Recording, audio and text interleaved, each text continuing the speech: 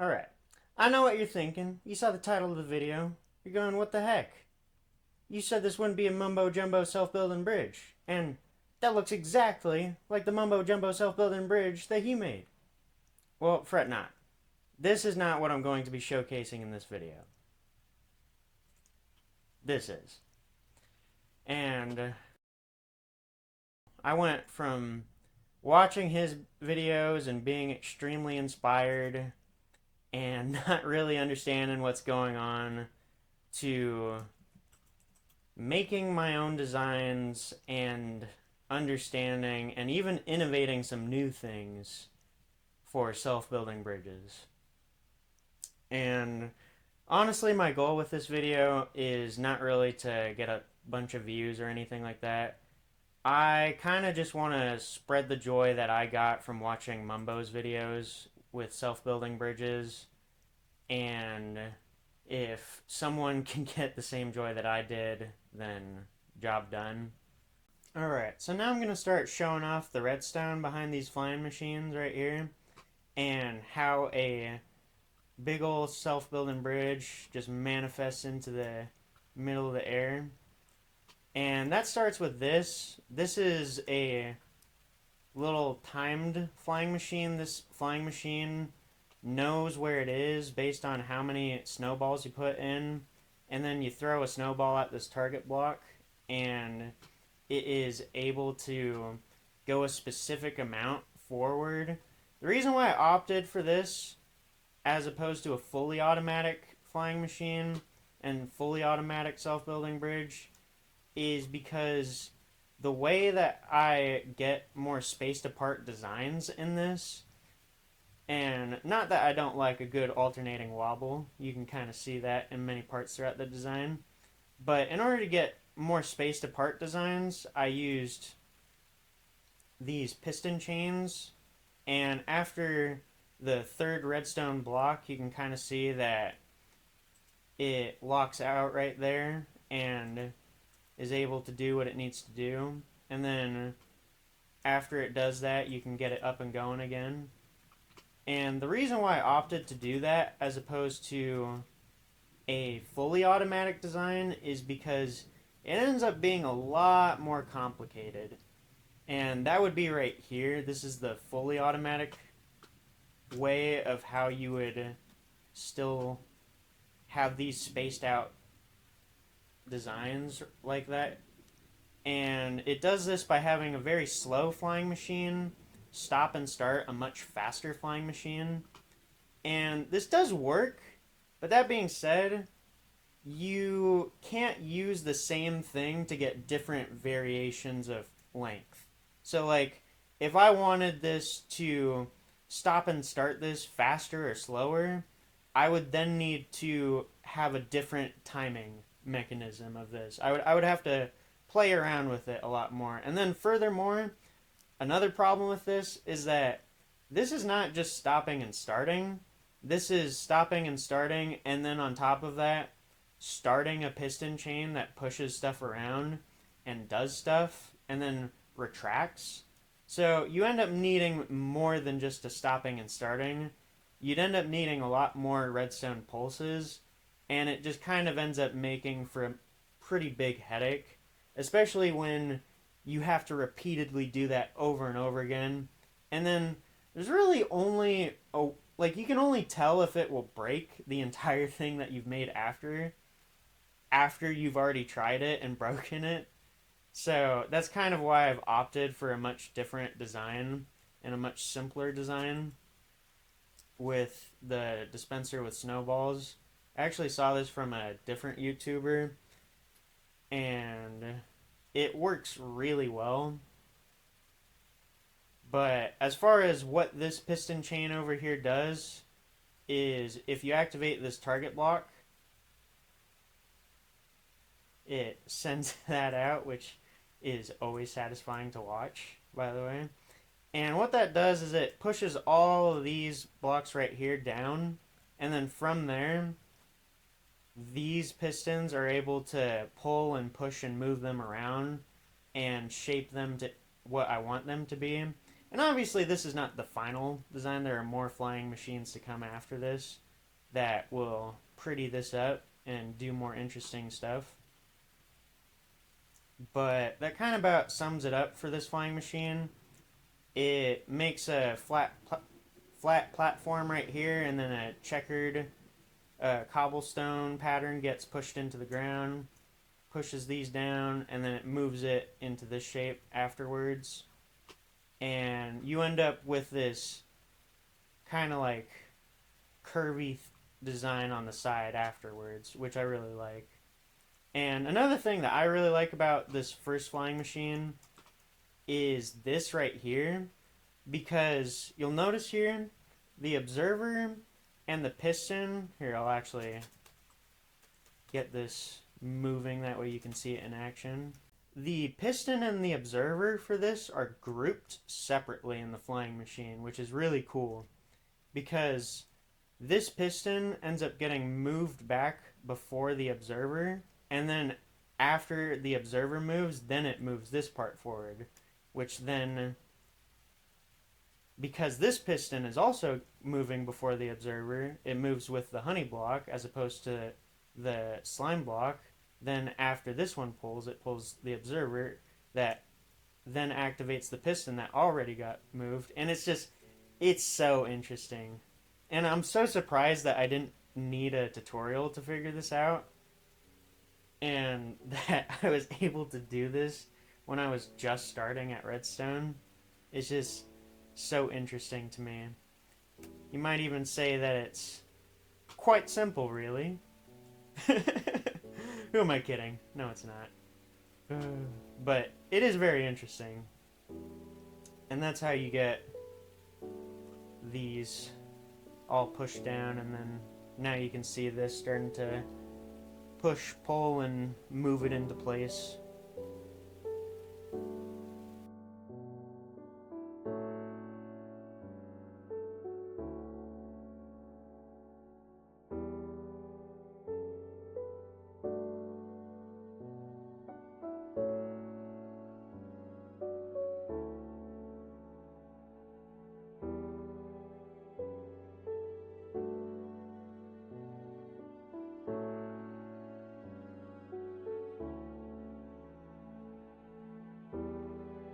Alright, so now that I've showed the first flying machine in this self-building bridge, I can get into the second one and start showing this one off. And as you can see, this is really where I start to get a much higher control over where the blocks go, and where things get a lot more interesting in terms of redstone design and also just overall looks of the flying machine. I'll start it up and get things going. It's also a different cycle length already, so this being semi-automatic is already coming in handy.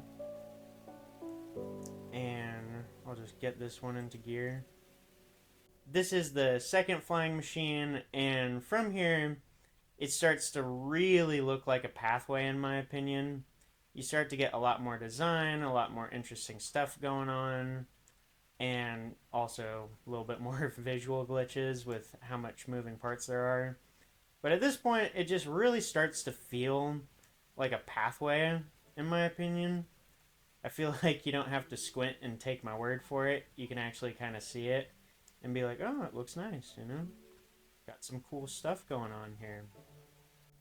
So another thing that I really kind of want to go over with this while this is moving along is one of the big goals with this flying machine was I wanted to see if I could make more complex shapes, because I feel like that was a really big limiting factor of the self-building bridges that I've seen so far, is that they're just not that complex in terms of like how they're shaped and what they can do. And I feel like I really improved upon that with this. One of the ways that I did this is conditional pistons right here. So you can see that these are pushing these over, and they're only doing that when they're allowed to. Because the thing with this design and it being all wavy is that how do you add stuff right here without it then running into these blocks right here? How do you push stuff in all the way over here without the piston running into this? And that would be with these. And how they work is they move forward and then they pop up and then they push the block over and then they get retracted back down with this cool little design right here. And then when they get all the way to over here, they'll stop pushing the blocks over because it will exceed the push limit. And then once it gets over to here, it just won't even push the piston up like that.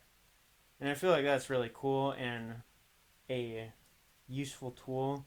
Another thing with this is the basalt. You'll see it right here. What it's doing is, well, what this is doing is it's pushing it into the floor, but how it got there is I have the soul soil and blue ice in specific spots to where when lava flows over it, basalt could only form in the areas that I want it to. And then using this technique, you can get some really precise stuff. Like if you wanted to, you could have Mario pixel art going down the entire pathway if you wanted to. You could have really complex designs going on. And this is kind of just a proof of concept, but I feel like even from just this proof of concept, it's already really cool. Like, the things that you could do with this in a self-building bridge are pretty cool. Okay? Because, I mean, like, with this, you end up with much more precision over what you want your self-building bridge to look like. Not even just in terms of, like, oh, if you want some, like, random, pixel art or meme on there, but also in terms of, hey, what if you just want, like, a cool little squiggle going along the entire thing, right? And I feel like with this flying machine, you end up with a lot more precision over everything and how it works. And now that it's stopped, I'll show it off and show the lava forming the basalt. There we go. And then from here, you can see the lava flow down onto these lapis blocks and then all the way down. And then you can see this retract again. Doing this stuff never gets old. It's always cool to watch.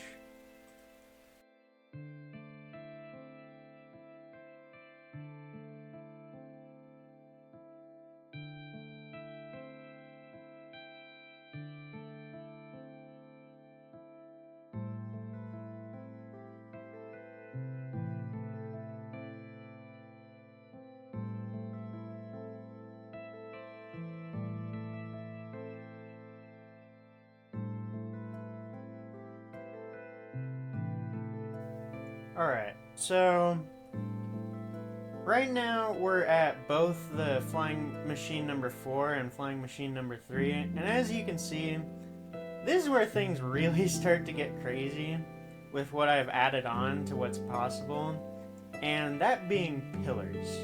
And the reason why I'm going to show these together currently is because, honestly, first off, thing number 1, I really don't like flying machine number 3. And because it's kind of just underwhelming, and also it takes a lot of its ideas and redeeming factors from other flying machines that come after it, so it doesn't really show that much interesting stuff. And because this is a showcase, I want to keep things interesting. But one of the big things here is pillars.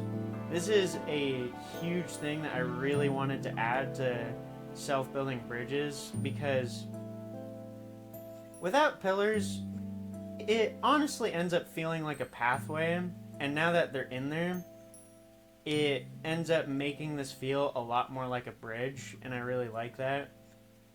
And on top of that, with these right here, it ends up adding a whole bunch of cool stuff that I'll end up getting into later.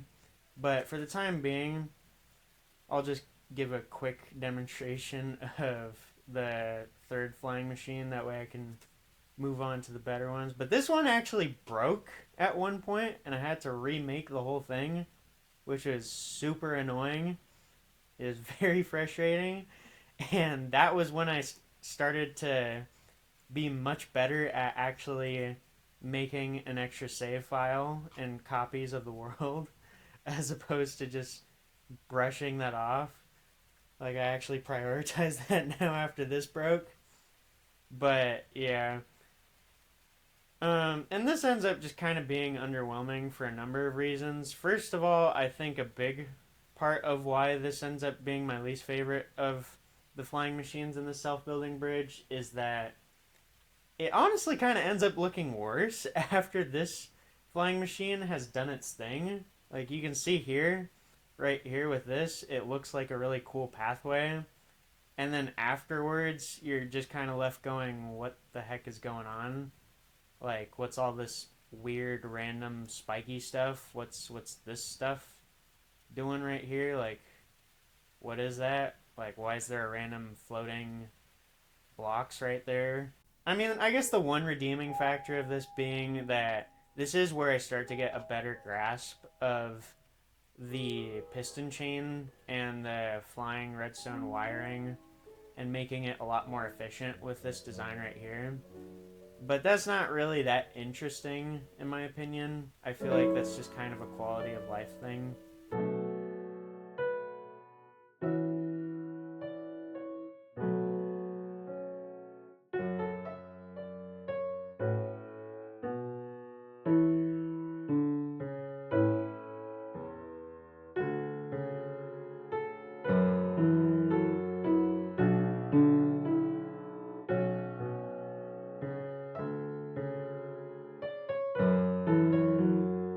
Alright, back to my favorite flying machine in this self-building bridge, though. This is easily, like, just one of the coolest things I've made so far. Because it is just so huge and so well designed, I feel like. Like, if I were to remake all of these, this would be the one that stays the same, honestly. Okay? I feel like it just does such a good job at doing what it needs to. And another thing that this flying machine adds on to the capabilities is now you're able to control how cobblestone gets placed on the vertical like direction, and you're able to control with much more precision how these get generated with the technique that I use, and you end up being able to make even more complex shapes using cobblestone. And I feel like this is much needed. This is very cool, and you have all this cool pillar stuff going on right here, and it's just this is like by far one of my favorite in this self-building bridge. It's just really well designed, and then also even better flying redstone wiring, where I'm now able to go directly to the side with this using this design right here, and then also able to go not completely straight down, but pretty close to it. I feel like it's very helpful being able to go that far down that quickly, like right here, without needing to go forward. It just kind of glances off to the side, which is a lot easier to get around, especially since I can just use this to position things where I need to. But it just does such a cool job. It also, I feel like, with this flying machine, cleans up a lot of what's going on with the flying machine before it.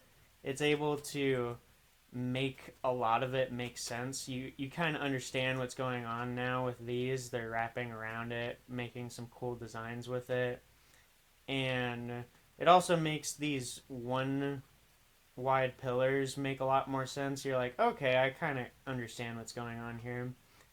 And it just makes this look a lot better, a lot less random stuff going on. It just cleans everything up and gets it ready for the last flying machine after this. Alright, Now that I move this forward, I can show this off in action. And there we go. And this water right here is going to end up being the canvas kind of for the lava to generate cobblestone against. And you can see right there, that's the pillars getting formed. And I guess the best way to describe the difference, though, between this way of generating cobblestone versus generating with the basalt is I feel like designing this is a lot harder because with this, it's just a normal canvas, right? But with the basalt, imagine a canvas that is like specifically carved into the shape of whatever you're painting, and you could only ever paint what you're trying to do. Whereas with this, you could very easily mess up and generate blocks where they're not supposed to be. But now we gotta wait for the lava to fall all the way to the bottom. Another thing with this, though, is you might think that it's very limited in how you can make pillars. And that is true to an extent. Like, obviously, you're only going to be able to generate pillars out of certain blocks, but you actually do have quite a bit of freedom in terms of how the pillars are shaped with the blocks that you can generate with. And it's just very hard to plan it out with how the water will contact the lava and how things will come into place. Because obviously, if you don't plan it out, then you're going to end up with some issues and stuff not flowing the correct way that it needs to be. But luckily, I found a design that I liked with this. And now I can kind of show it off right here. So I'll retract this piston chain, and you can kind of see it here how with these lava sources, the thing with lava sources is that they will spread in the immediate directions right like off of the lava source. And the thing with that is that means that you can use that to control precisely what height and where a lava source will spread out from. And then from there, if it immediately comes into contact with water, it will then create a cobblestone block, and it won't even make a like column down like these. It will just immediately stop right there, and it will stop spreading forward. So then using that to your advantage, you can get really precise placements with how things generate. And we also now have our giant pillars just spawned in, which is always great to see.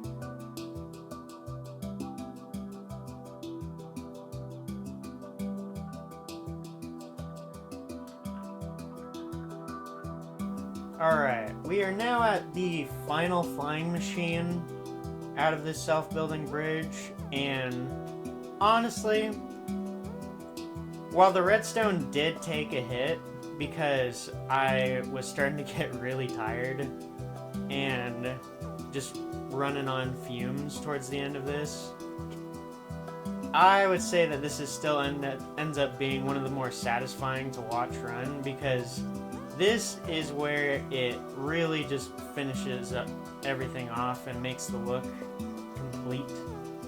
And let me tell you, I did not skimp out, okay? I did not cut corners here because I very easily could have not done this part and decided that, oh, I don't feel like it because it's not gonna end up being showcased. Well, it is being showcased. And I'm not one to just work this hard on something and then not do the back of it, so to speak. But with this one, what it ends up doing is it adds on vertical basalt and like where it's placed and how it's placed, and it does that right here, and I'll kind of showcase that a little bit better when this is all up and running.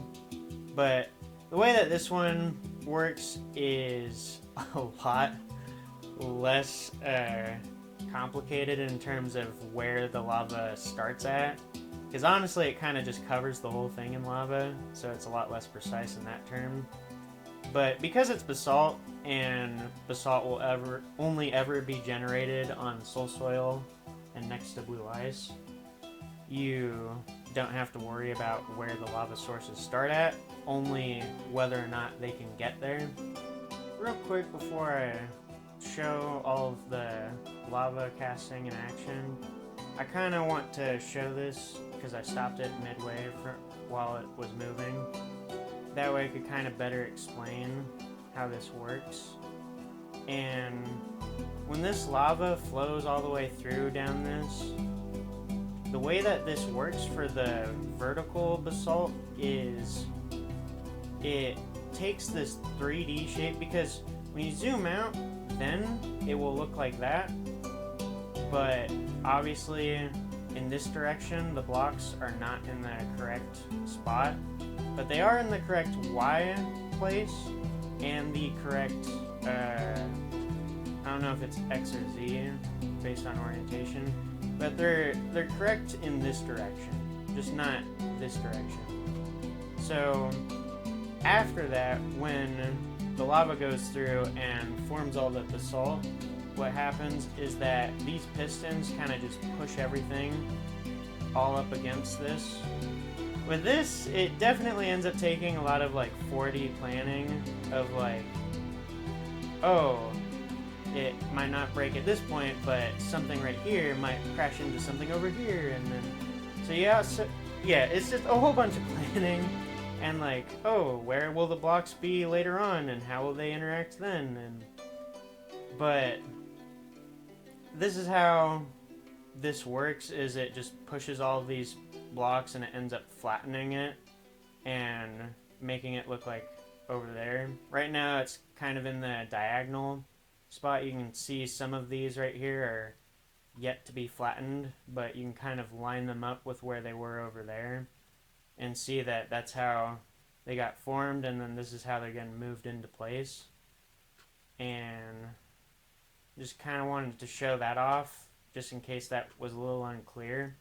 And then also, another really cool thing with this, as far as the 4D planning goes, is how did I have these curved arcing motions without stuff breaking? Because usually that's the thing with flying machines, is how would a block get formed right here and then pass right through?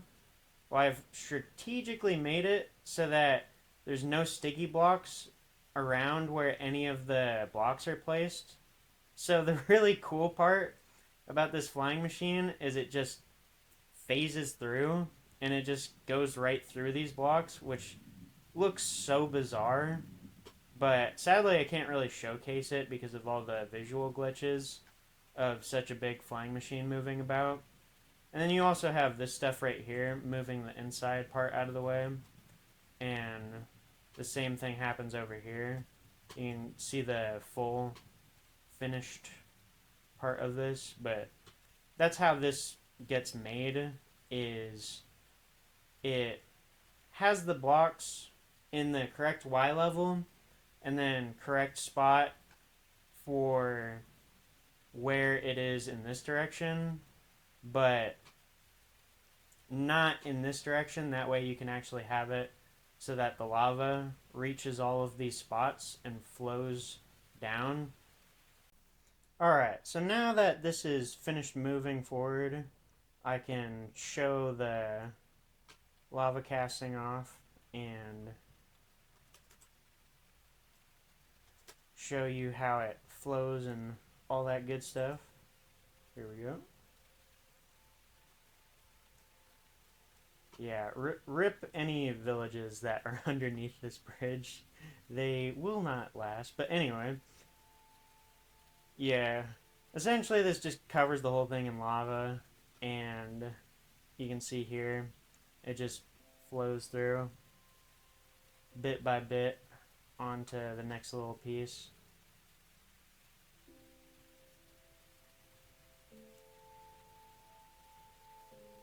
And slowly flows down through the entire thing.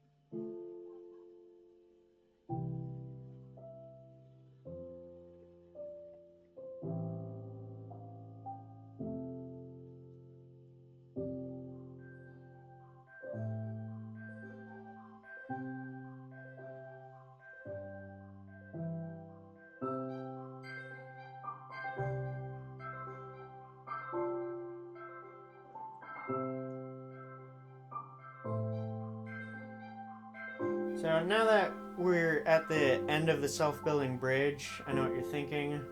What more do I possibly want to add? And that would be some block variation, something that self-building bridges desperately need. As you can see here, most of what you can do with self-building bridges for the time being is just cobblestone, stone, and basalt. But I think where self-building bridges really start to shine is when you add in a little bit of just quick, easy manual labor with some bone meal and some saplings. And I feel like this is where things really start to shine with self-building bridges. And while it can be fun to give yourself a challenge to try and see what you can do just with self-building bridges and just the mechanics there, I think that it's also interesting to see what you can do with just a tiny little bit of effort added on top of everything else. Because honestly, bone mealing some moss or some saplings really isn't that hard. And then kind of grazing all of the extra stuff and making it so that you can easily look over it isn't that hard either. And I don't know, I feel like it really opens up what your options are for this kind of stuff.